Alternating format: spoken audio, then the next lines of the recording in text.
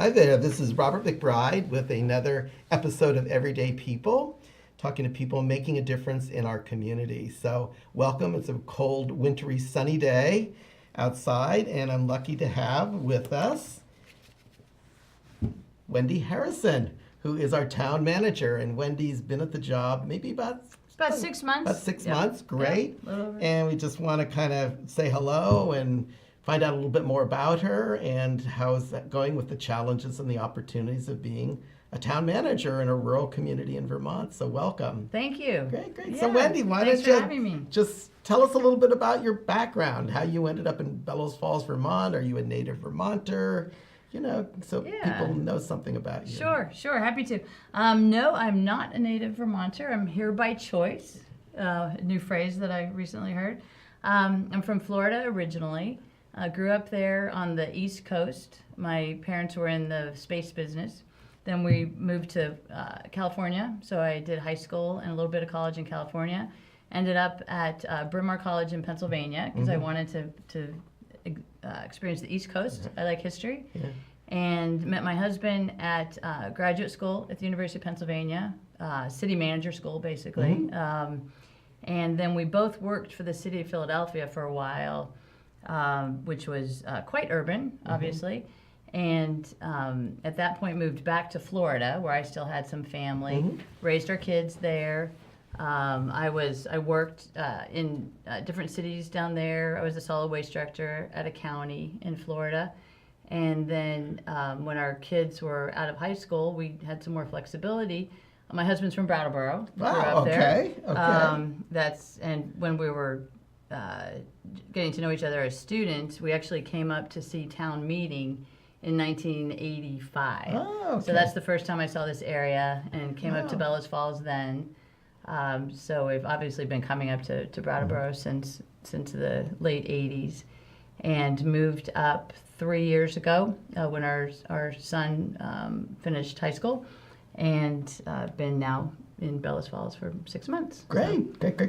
But you don't live in Bellows Falls, do you? No, I live in Brattleboro. Oh, okay, great. Yeah. Great. Another B word. That's Right, okay. Another right. B town. And it's only half an hour away, and honestly, it's a Exactly. beautiful drive. Yeah, so. yeah. Probably gives Yeah. you time to think Yeah. back and forth. Right. But Vermont is a pretty amazing place. I'm also by choice or was landed here, and it's a pretty unique place in the country. And I think more as we travel, I go down to Florida also a couple times a year, and what you really appreciate about Vermont is its beauty, but also kind of compared to so many other places, the lack of traffic. Lack of traffic and just gosh. the culture, the Yeah. people.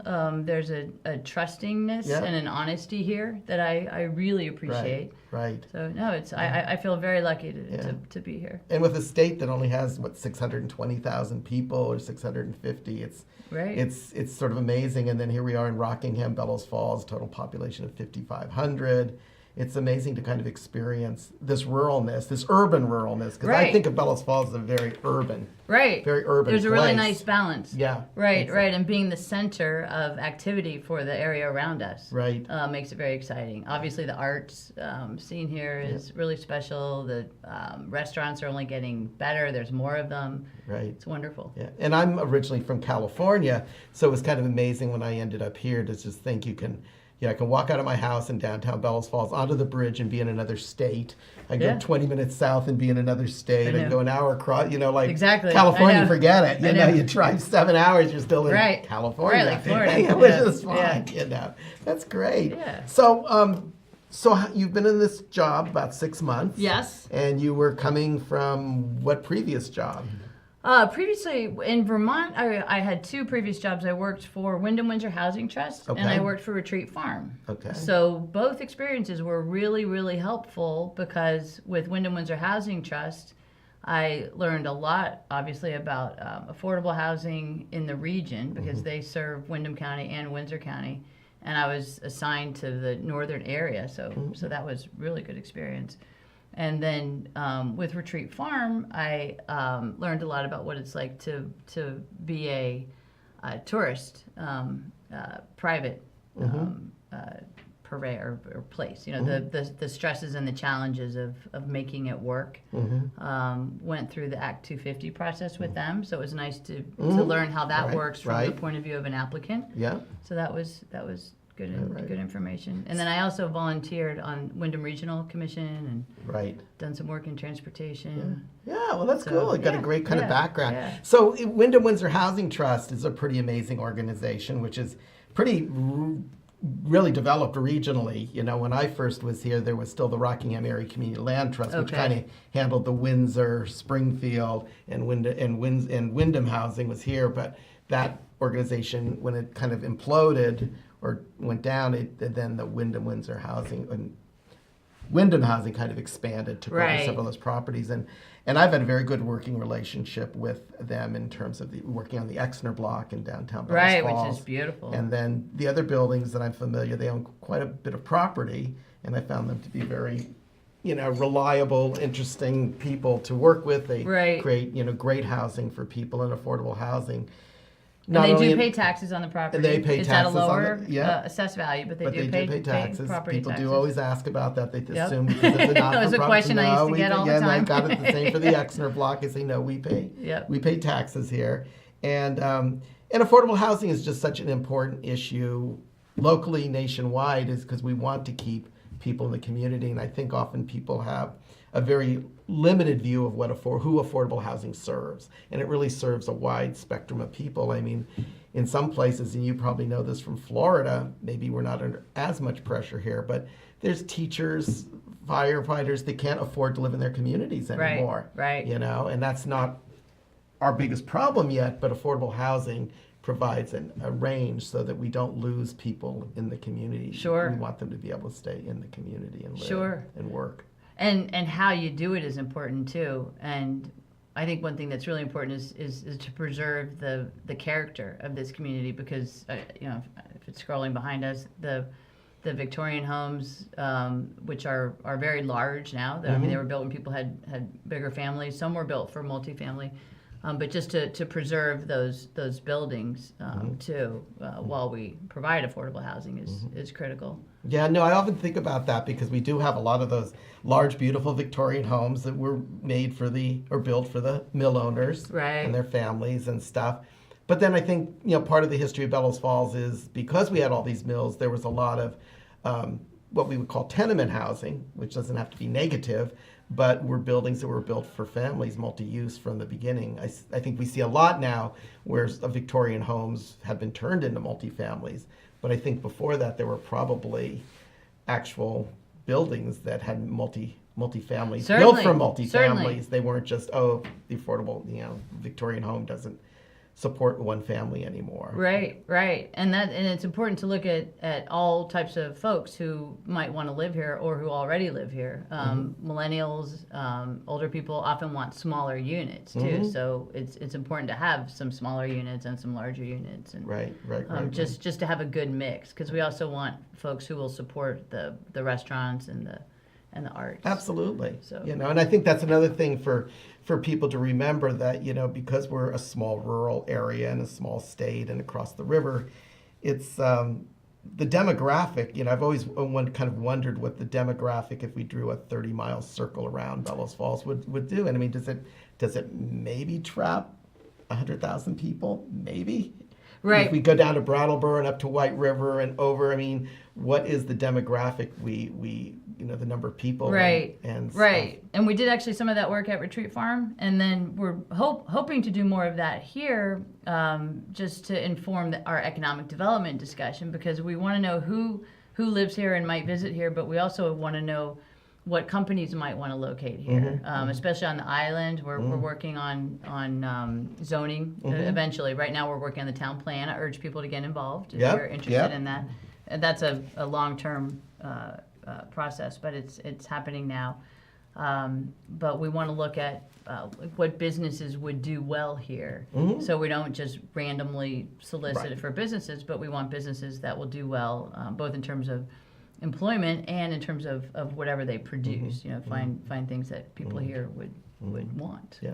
So I want to kind of move us into, your current position and stuff, but if you could explain a little bit, we've mentioned the retreat farm, and for some people, would you just kind of explain, it's in Brattleboro, but what I'm that sorry. really is, a little bit about the Yes, history yes, of it it, could be a little and where it obscure. is right now, with where they're trying to go. Yeah, it's the retreat farm. It was originally the farm of the Brattleboro Retreat, and so it was established to provide food and fuel for the farm. So it included the meadows. It still includes the meadows. They own the land underneath the meadows, when the meadows was a meadows, before it was flooded. Right. So there was a dairy herd, and the dairy operation continued. Pretty recently, it was discontinued, and then Wyndham Foundation took over the retreat farm because there was a potential that it was going to be developed with housing, is my understanding, and so there's conservation easements now on the property, so it won't be developed, and Retreat Farm is providing a platform for education of farming, obviously, but then other types of education and a place for events, also a venue for events, and Retreat Farm maintains all the trails. If you're familiar with the trails, they're on the Retreat Farm property and then also on the retreat property. So it's a lot of outdoor education, which is another good tie-in with Bellows Falls because we have a great trails network, but it's about to get even better, if we can. There's trails on Oak Hill, and then there's been folks working on trails from the high school, as you probably know, to head west. So those could eventually connect with the Brattleboro trails, and I mean, because trail networks are, obviously they're good for your health, and but they're also good for the economy. Right. So that's something that people are working on. And who currently is the Retreat Farm its own not-for-profit at this point, or is it under fiscal agency kind of thing? No, or what? it's a private nonprofit. Okay. Yeah. Great. And it's located right next. It's on Route 30. It's on Route 30. Next to the Retreat, next to the Grafton Cheese store, basically. Correct. So down there, if you're there. Yeah. Cool. Yeah. That's it's great. a fun place to visit. Yeah. No, that's good.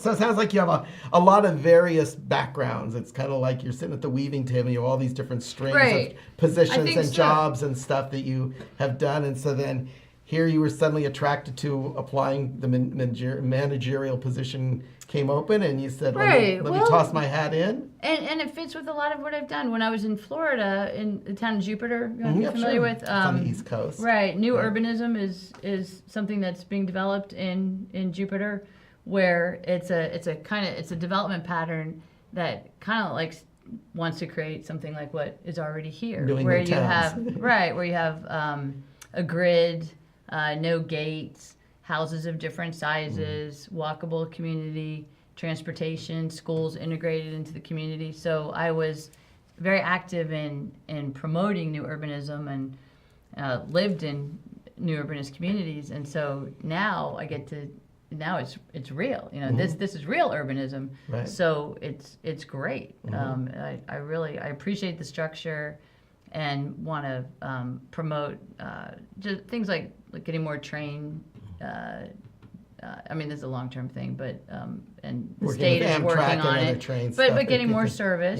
The Montrealers should go back into service within the next couple of years. So it would be going to Montreal. So we'll go to Montreal, Fantastic. and hopefully we'll get a second train going both ways. So that would help. Yeah.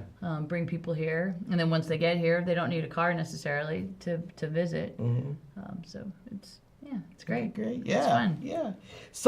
So here we are, and and this is always a New England conundrum for us outsiders, is we have the town of Rockingham, which consists of 5 villages, 2 incorporated, and your position is you are I'm assuming, and correct me, you are hired by both the select board to oversee things in the town of Rockingham, and then the village of Bellows Falls enlist your services to work with the village trustees. So would you explain that the township village connection? And it's so unique because people come here from somewhere else. They go, what do you mean you have towns and villages and stuff? But it's a New England kind of thing and stuff. Yeah. And this area is particularly complicated, right? The village is within the town. Okay. And so I work for both the town select board and the village board of trustees. Okay. I report to 9. So because one person is on both, I basically have 9 bosses. Okay. And they each organization meets twice a month, and then quarterly they have joint meetings, which is really helpful because there are a lot of decisions that need to be made by both boards. They have separate budgets. Most employees are one or the other. Some of us are both. The ones in administration, in finance, and the town manager's office. We're the ones who report to both organizations. Others are one or the other. Like police is the village. The 2 utilities, the water utility and the sewer utility, those are both village. And they get interesting because, as you're talking about Walpole in a different state, they serve out of state, they serve out of town, they serve out of village, so they have lots of different customers, which is interesting to keep track of. And then the town obviously covers the whole town, right, out to the west, and the town takes care of the roads in the town, including the roads in the village, and does the recreation programs, and all of the things that towns normally do. A lot of administrative, right, like the clerk and the listers are town. So when I look at something like there's Saxon's River, which also is incorporated and has the village trustees, and so how do they fall in under your job? And then we have the unincorporated villages, which is as far as Lower Bartonsville, Cambridgeport, and Rockingham itself, which is the crossroads of out where the meeting house is that has, and stuff. So where they're under the township. So what kind of relationship as town manager or the select board would have with those entities? Well, the select board is the governing, except for Saxon's River. The select board is the governing agency of the towns that don't have a government. Right. Okay. Although even in Saxon's River, the roads are town roads. Okay. With Saxon's River, they do have a separate government. They don't have staff, so it's they call me when they need something, and I've been to their meetings. We keep a relationship going, but it's not as formal as it is with Bellows Falls, obviously. Right. So all the taxes get paid at the town offices for all the. Well, Saxon's River does have their own taxes. Okay. So we bill for them. Okay. But they do set a tax rate. Right. Okay. So like they have parks. Right. And a fire department. So their taxes in the Saxon's River raise money to cover those things. Right. But now Rockingham as a whole does provide the fire equipment for the 3 fire departments that are in Rockingham, which are Saxon's River, Bellows Falls, and Rockingham. Right. And the meeting house is a really important building. If you should go there if you haven't. Yeah. I mean, everyone should oldest go to public the meeting building house. in Vermont. Yeah, and it's just beautiful. Yeah. And the It's a beautiful site building. is beautiful too. Right. With the graveyard, but the town is responsible for that building. It's owned by the town. The Historic Preservation Commission looks out for it, keeps an eye on it. Right. And I know it keeps pretty good regular hours in the summer season. I think it opens like around Memorial Day and stays open through foliage. Right. And it is a really spectacular You can building. have weddings there. Yeah. So. Oh, that's great. That's great. Okay. And the movie theater, that's movie theater is town. another total resource. And that's pretty fun. Yeah, learning that's really how to manage a movie theater. And the events that happen there. I know Main Street Arts is getting ready for their Chicago coming up in March, and they've done last 3 years done amazing productions, and I don't expect anything less from them from the Chicago one coming up. So everyone should get that on their calendar and everything for that. And actually, just let me say, being from out of town and out of state, the quality of the staff and the dedication of the staff is just tremendous, and that's made my transition just so much. Nothing's been easy, but it's been possible, because of just really you got a lot of really dedicated, good people working for both the town and the village. Yeah. So you kind of got into the position, and here you are, and you've only been in it 6 months, and So what would you just kind of, we don't have to get very specific, but just from getting your equilibrium, because there's so much to track There's and a so lot. much to take, Yeah. take in. What are some of just the things you imagine are on your, just a list of challenges and opportunities by being a town manager? Well, by being the manager in these municipalities, I should say, housing is something I want to work on. I want to work on transportation. We have a big decision to make with the bridges, the bridges to the island. Right. Most importantly, the Depot Street Bridge is the first one up, and there's a decision that needs to be made soon on which option to go with on that bridge. And I'm just going to interrupt for a second. The Depot Bridge, for people to know, is the bridge that connects Canal Street with going towards the train station and the parking lots in there. And then the other bridge is Bridge Street, which is the bridge is the one that is just beyond the post And by office the post that office, connects right. goes over they both go over the canal. So if people didn't right. know, those and they're are the both two bridges. important. Yeah. Obviously, the Vilas Bridge is closed for Right. now. Hopefully, not forever. Right. But we do want to redevelop the island, and so the character of those bridges and how they are going to function in the future is just really important because they're going to last. The decision we make now is a long time decision. Yes, long-term impact on what can happen. Yeah, and then just economic development, keep what's happening going because I think we're on a really good trend. We're getting more restaurants. People are moving in, fixing up houses. The job situation is improved. So we're things are on the way up. Yeah, and I always like to look at the downtown. And what's remarkable to me is if I look around the downtown, pretty much the storefronts are filled. A lot of the storefronts are owned by the people that run the businesses. Yeah.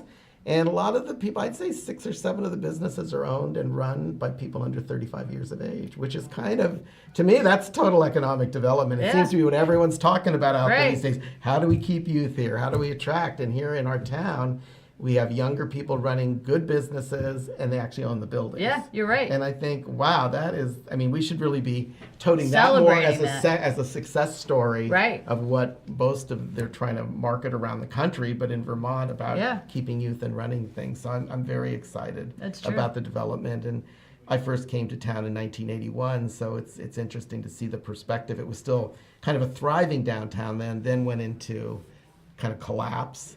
And when I moved up here full time in 95 or 94, I would say 70% of the downtown ground floor and second floor spaces were vacant. Wow. And so I love seeing this organic process of its development and to hear you talk, and we'll have to have another program, talk more about the potential on the island on for economic more development sure. and stuff, That'd be which great. is, a real resource, I think, for things.